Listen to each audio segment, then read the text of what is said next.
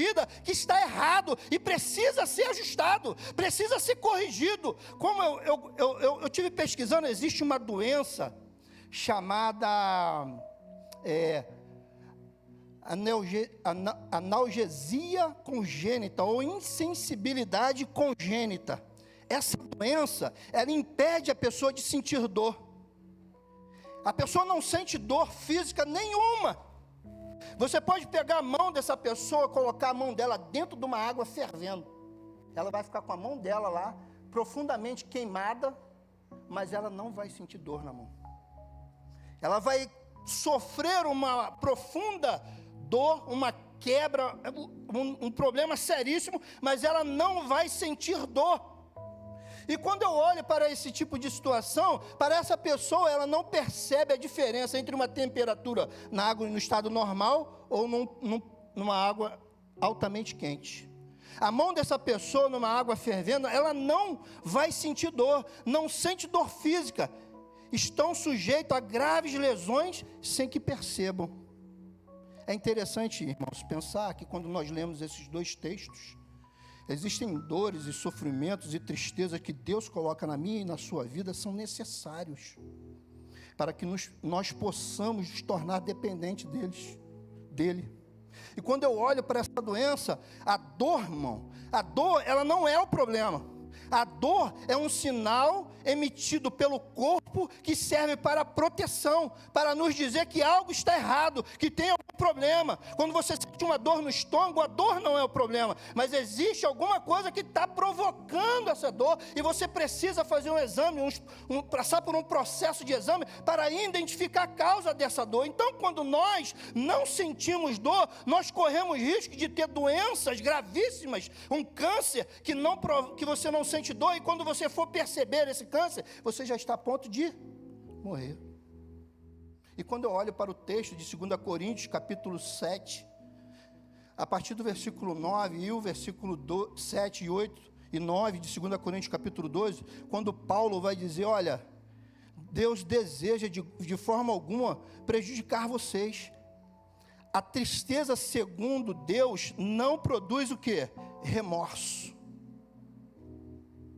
Não produz remorso, mas sim um arrependimento que leva o quê, irmãos? A salvação. Quando olhamos para esses dois textos, vamos ver que Deus coloca em nós espinhos com um propósito. Qual é o propósito, irmão, dessa dor que você está sentindo? Qual é o propósito dessa luta que você está vivenciando? Dessa tristeza profunda no seu coração? Qual é o propósito? Segundo 2 Coríntios, capítulo 12, versículo 7, Paulo vai dizer que o espinho na carne era para que ele não tivesse o quê? Orgulho.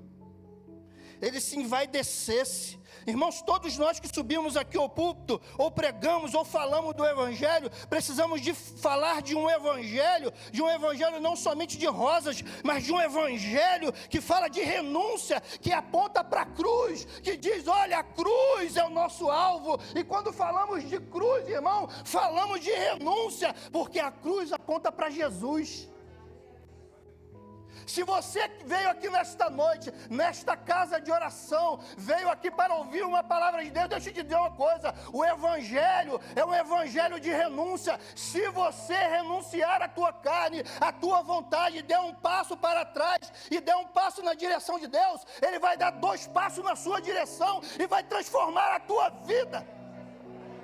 Ele vai transformar a tua história. Não pensa que você ter um encontro com Jesus, você vai ter uma vida mansa, não. Ainda que você não peça para ter problema como Denis pediu. Mas vou te dizer uma coisa, o Evangelho por si só, ele traz a nós uma responsabilidade de renunciarmos. Se existe renúncia, vai ter dor, vai ter espinho, vai ter luta. O Evangelho, irmão, que não tem luta, é o Evangelho que está sendo pregado para massa aí, ó, para ganhar dinheiro, para encher templo. Mas o Evangelho da cruz, o Evangelho que Paulo pregava, o Evangelho que Jesus pregou, é um Evangelho que diz, olha, você precisa ser uma nova criatura. E se a dor que você está sentindo e a tristeza que você está sentindo não gera em você arrependimento, ela só está gerando em você remorso.